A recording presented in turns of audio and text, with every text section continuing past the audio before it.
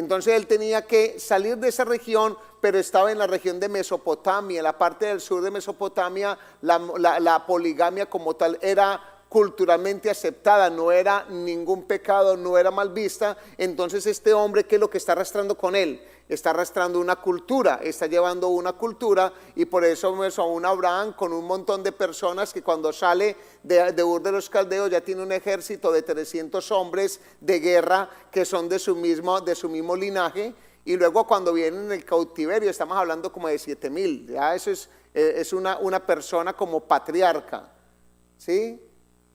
También existían términos.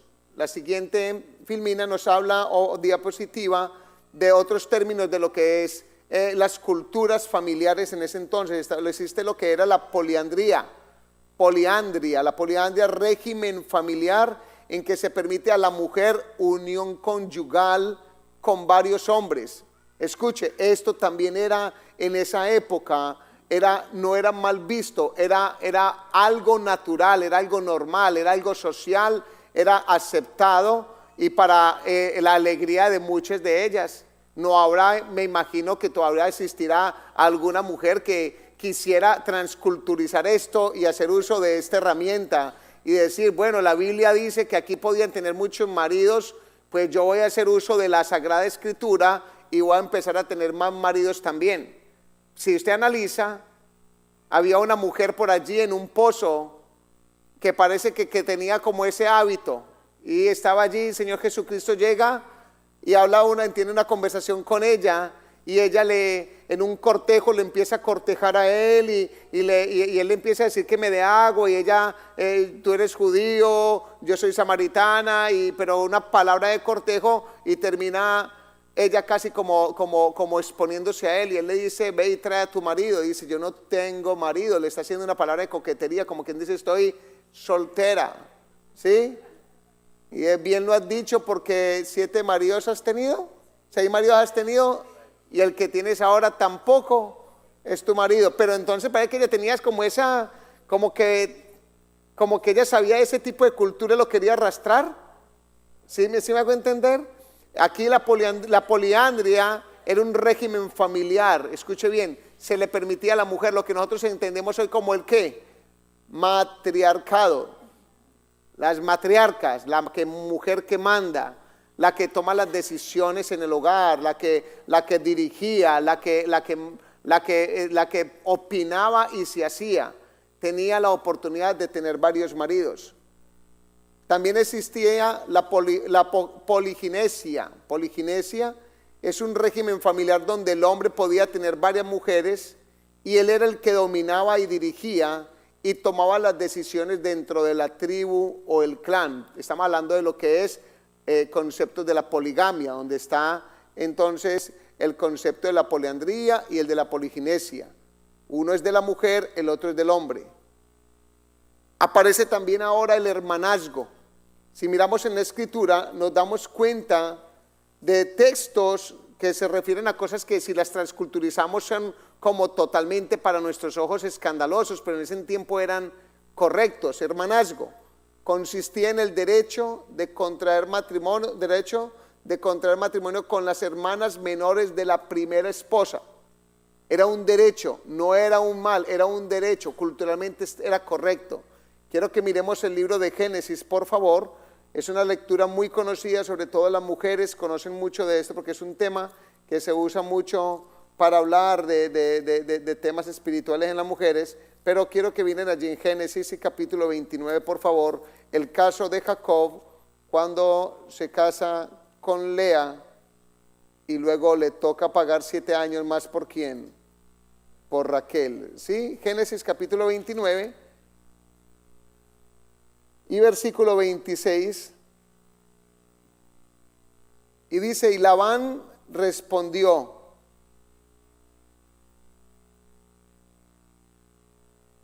no se hace así en nuestro lugar, que se dé la menor antes que la mayor.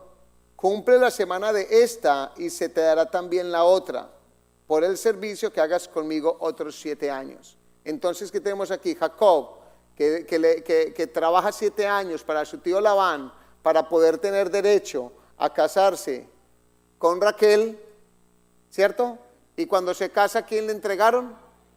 A Lea. Y cuando la descubre y le quita el velo, se da cuenta que le entregaron la que no era, de la que no estaba enamorado.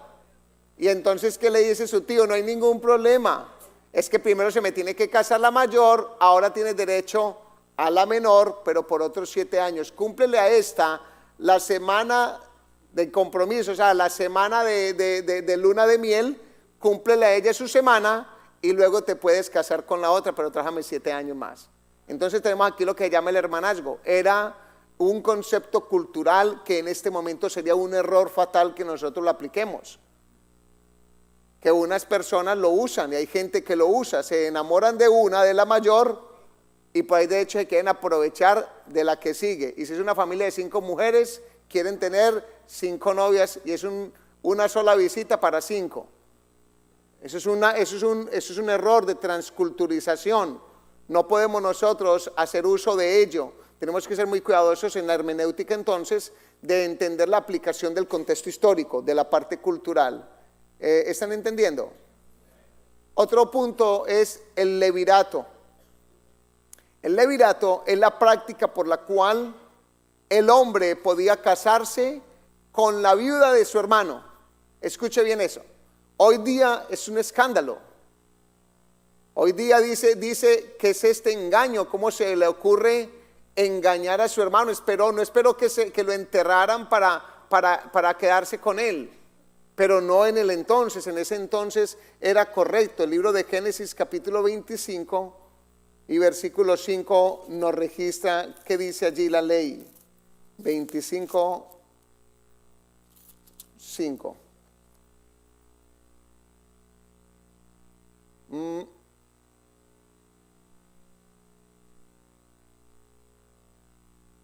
Tengo este texto en error allí.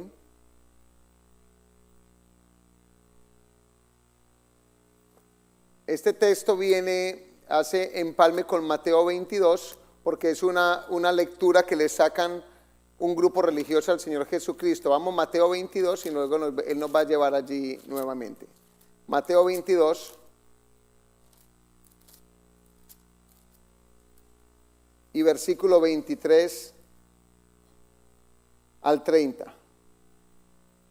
Dice, aquel día vinieron a Él los saduceos, que dicen que no hay resurrección, y le preguntaron, diciendo, Maestro, Moisés dijo, Deuteronomio, no es Génesis 25, sino Deuteronomio 25, 5, pero leámoslo aquí entonces. Versículo 24, diciendo, Maestro, Moisés dijo, si alguno muriere sin hijos, su hermano se casará con su mujer y levantará descendencia a su hermano. Hubo pues entre nosotros 7 hermanos. El primero se casó y murió, y no teniendo descendencia, dejó su mujer a su hermano. De la misma manera también el segundo y el tercero hasta el séptimo. Y después de todos murió también la mujer. En la resurrección, pues, ¿de cuál de los 7 será ella la mujer, ya que todos la tuvieron? Entonces respondiendo Jesús les dijo, erráis. ¿Erráis qué? Ignorando las escrituras. Aquí les está haciendo una técnica de hermenéutica, una mala interpretación están usando ustedes de las escrituras, es lo que les está diciendo. Dice, erráis ignorando las escrituras y el poder de Dios, porque en la resurrección, ya que les está hablando de que si es resurrección, ni se casarán ni se harán en casamiento, sino que serán como ángeles de Dios en el cielo. Vayamos a Deuteronomio 25.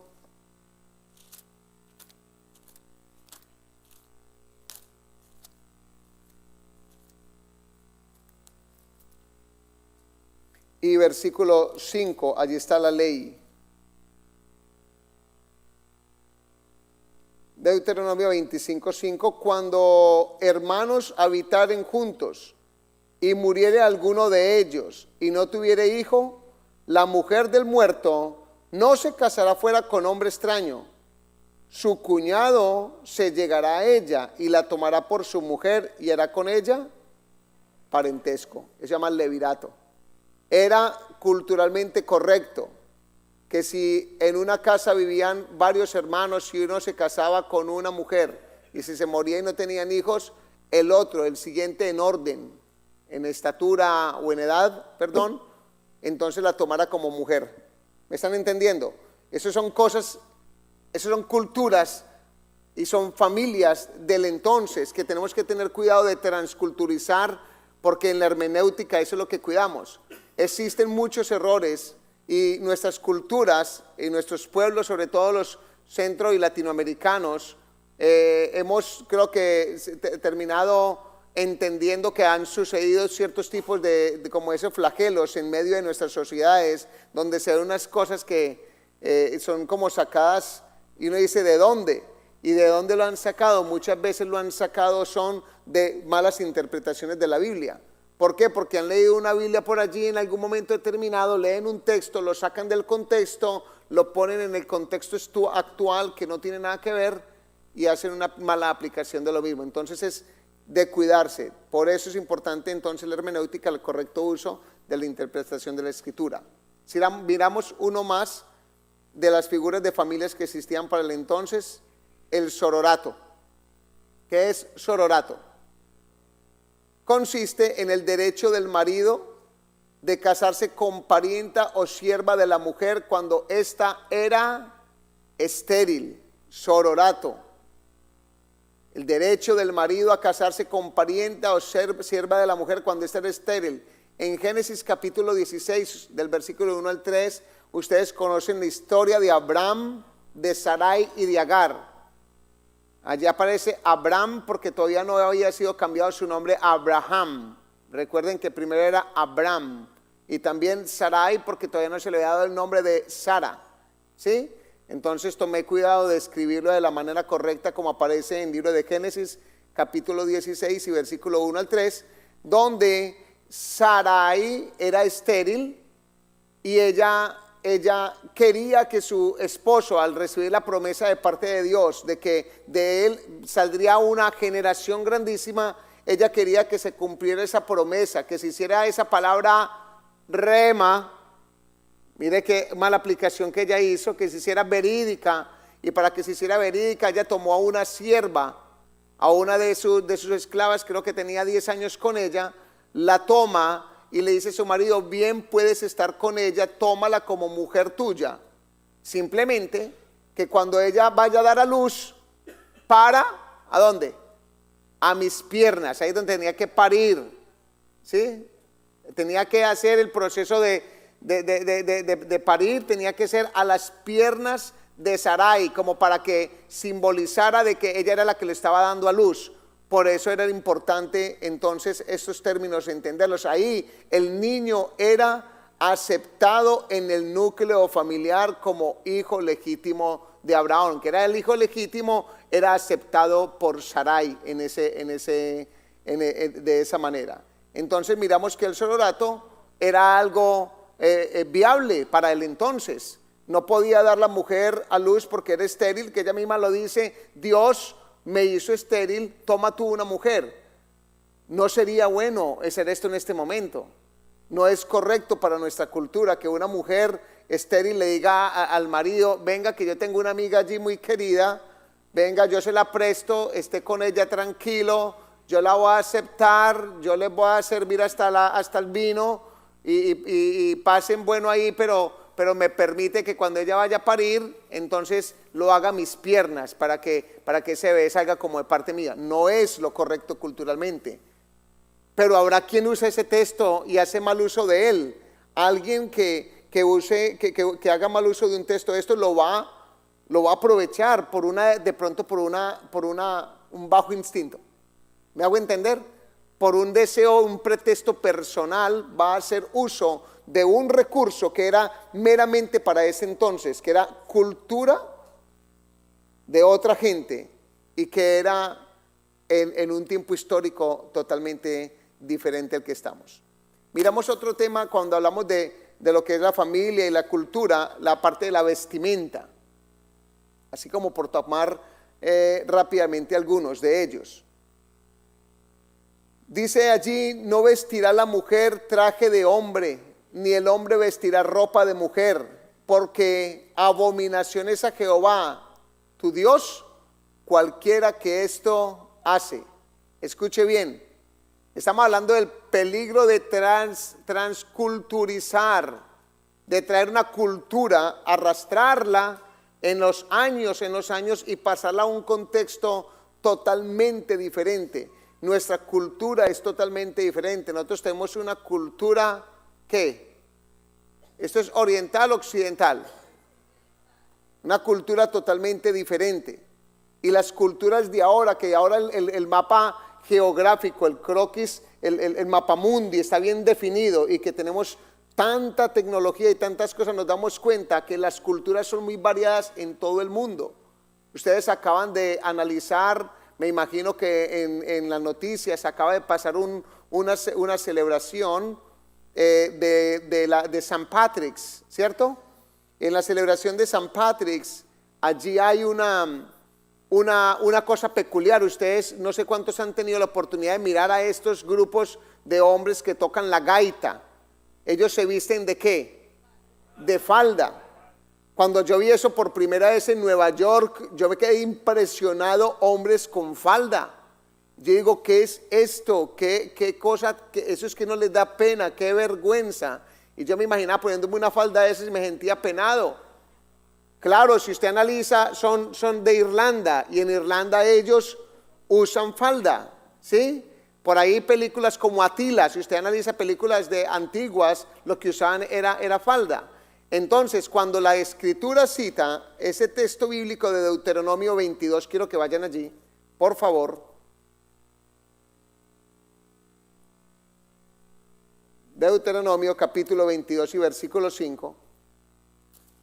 Hay una serie de textos que son ordenanzas para un momento específico y que no los podemos contextualizar, sería un daño, y es un daño, y de hecho se ha abusado de ello, se ha creado una gran confusión y daño en todas las iglesias y culturas. Deuteronomio 22, 5 dice allí, literalmente en su escritura, en la Biblia, no vestirá la mujer traje de hombre, ni el hombre vestirá ropa de mujer, porque abominación es a Jehová tu Dios cualquiera que esto hace.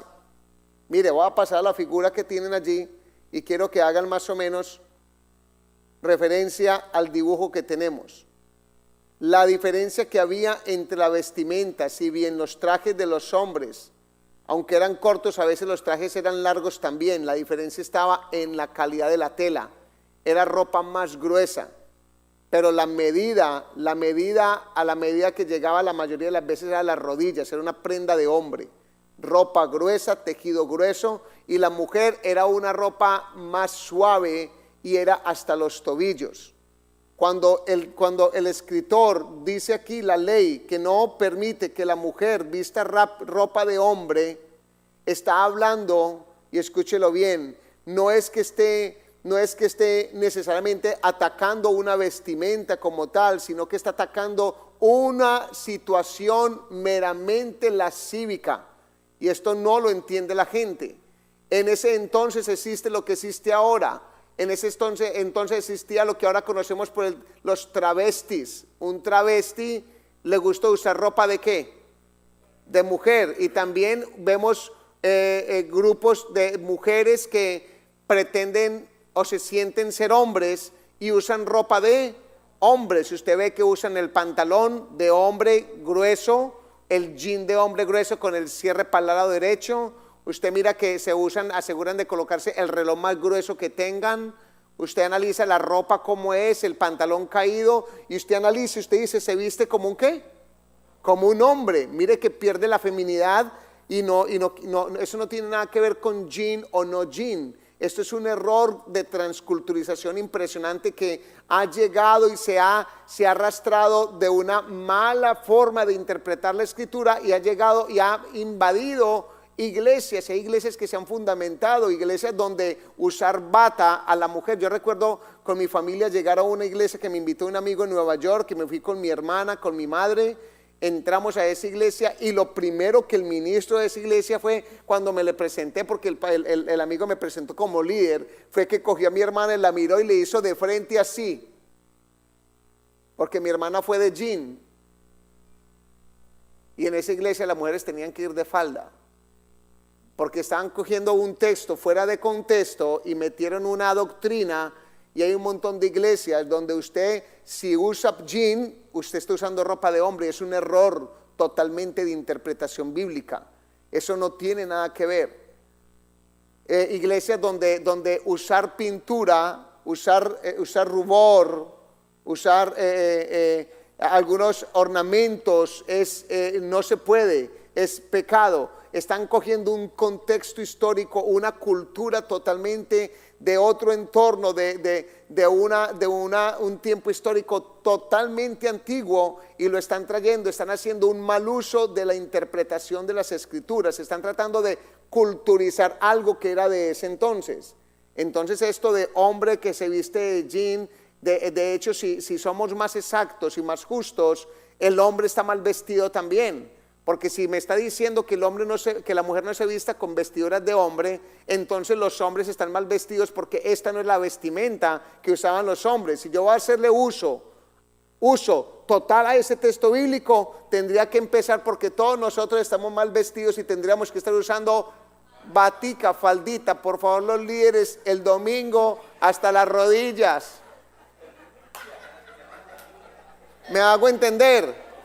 Si yo le voy a hacer a ese texto bíblico, le voy a hacer justicia a esa manera, pues lo tendría que aplicar en su totalidad. Los hombres se vienen con falda hasta las rodillas y la mujer hasta los tobillos, y los hombres un calibre grueso y la mujer pura seda.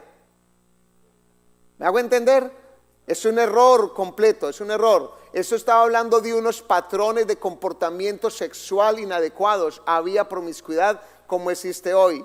Y lo que pasaba entonces es que hacían intercambio de ropas, y aquellas personas con esas atracciones empezaban a utilizar prendas de hombre o prendas de mujer de acuerdo al género que se querían cambiar, se querían camuflar en medio de la sociedad. ¿Se dan cuenta lo interesante aprender esto? Para poderse dar cuenta uno, y dice uno, wow. Entonces uno llega y mira con misericordia, porque ya aquí no puede uno ser de la arrogancia tampoco, a misericordia, un montón de hermanos en la fe que tienen unos costumbres y unos patrones, pero es porque han sido enseñados en unos pensamientos donde simplemente se ha usado mal la interpretación de la Sagrada Escritura. Se han usado textos y los han traído fuera del contexto histórico y cultural y los aplican a un momento actual. Vamos a mirar lo que es cultura.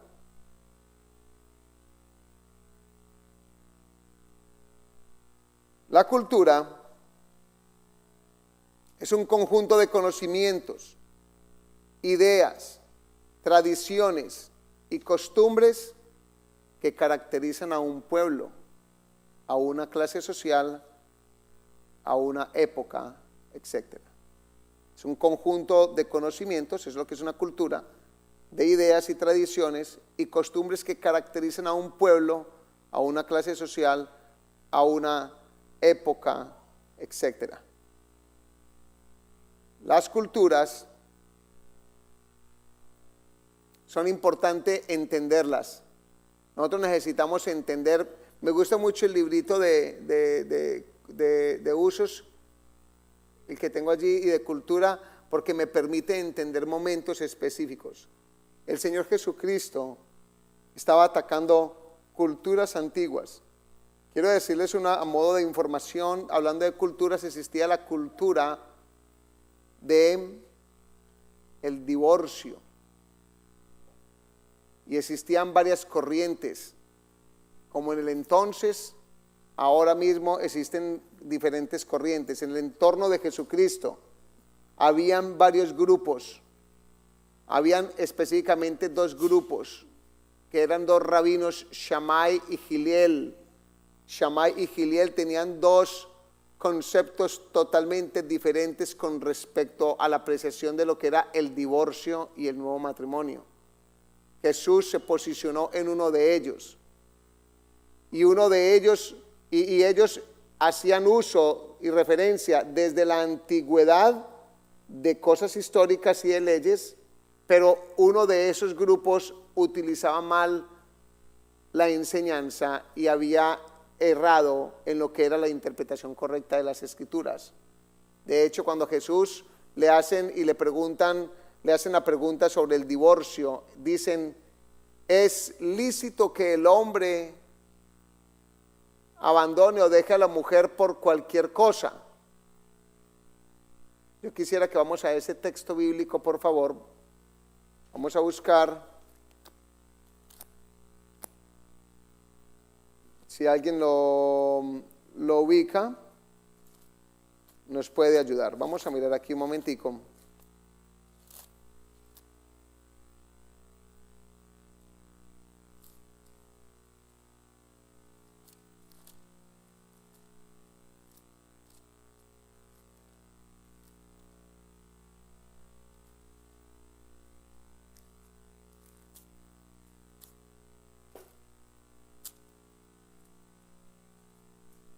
El que la encuentre de primero almuerza de primero.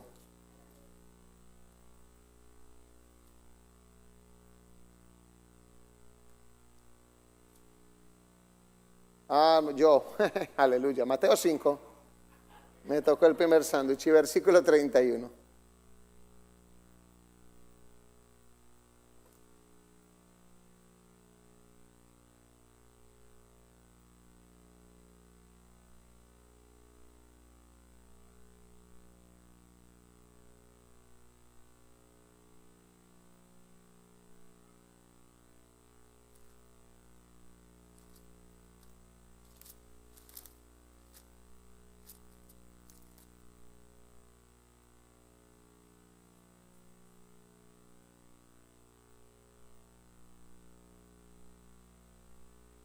¿Listo? También fue dicho, cualquiera que repudie a su mujer, dele carta de divorcio. Pero yo os digo que el que repudia a su mujer, a no ser por causa de fornicación, hace que ella adultere. Y el que se case con la repudiada, comete adulterio. Vamos allí a Mateo 19, 9.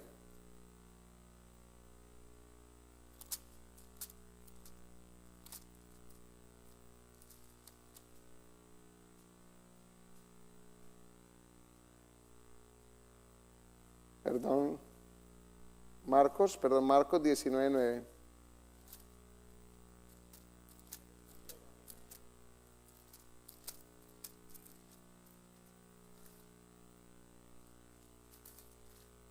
No, yo estoy errado aquí, lo que pasa es que no tengo mucha luz.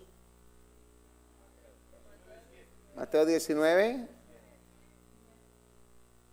9. Y Marcos 10, 11 es.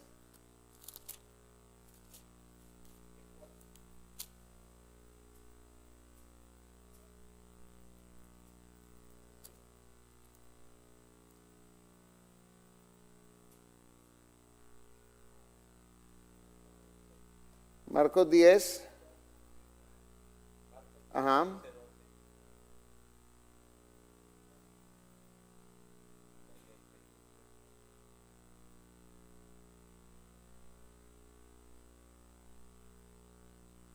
Muy bien, el 10. Entonces en el 10, 2 dice, y se acercaron los fariseos y le preguntaron para tentarle si era lícito el marido repudiar a la mujer. Él respondió y les dijo, ¿qué os mandó Moisés? Ellos dijeron, Moisés permitió dar carta de divorcio y repudiarla. Y respondiendo Jesús le dijo, por la dureza de vuestro corazón os escribió este mandamiento. Pero al principio de la creación, varón y hembra los hizo Dios. Por esto dejará el hombre a su padre y a su madre y se unirá a su mujer y los dos serán una sola carne. Así no que ya no son dos más, sino uno. Por tanto, lo que Dios juntó, no lo separe al hombre. Existían entonces dos corrientes allí, la corriente de Shammá y Giliel. Y cuando ellos le hacen la pregunta a Jesús, la pregunta de cualquier cosa, por cualquier cosa, ya ellos están polarizados en una corriente y Jesús refutó inmediatamente esa corriente.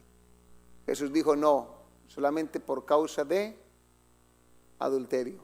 Porque la cultura, si analizamos la cultura, el trasfondo histórico, la cultura, la mujer la soltaban por cualquier cosa.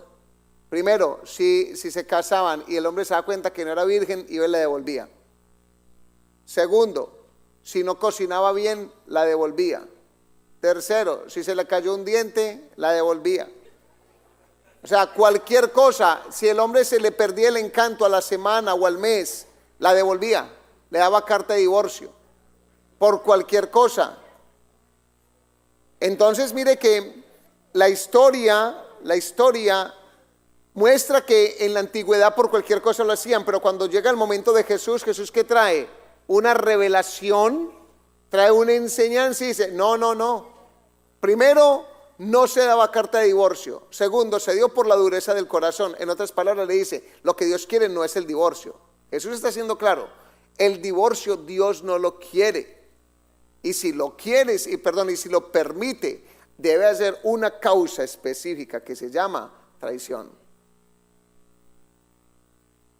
Nosotros si emitimos las palabras del Señor Jesucristo, pudiéramos estar ya entrando a una cultura o arrastrando una transculturización nuevamente, una cultura antigua de repudiar a la mujer por cualquier cosa, y se nos ha metido esa cultura en el siglo XXI.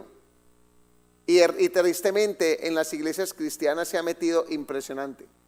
Hombres y mujeres que se divorcian por cualquier cosa, pan diario, y no debe ser así. La escritura es clara en eso y el Señor Jesucristo es claro en eso.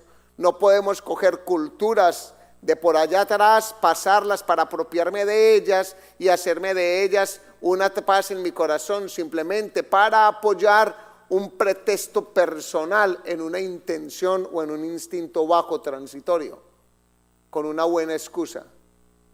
Tengo derecho, estoy joven o estoy jovencita todavía. ¿Me hago entender? No podemos cometer el error de transculturizar. Ahora sí, este curso ¿hasta qué hora va? Hasta la 1. Entonces, van a descansar unos 30 minutos, así si quieren, o así. Ok, tienen derecho a ir a descansar para que vamos a otro tema.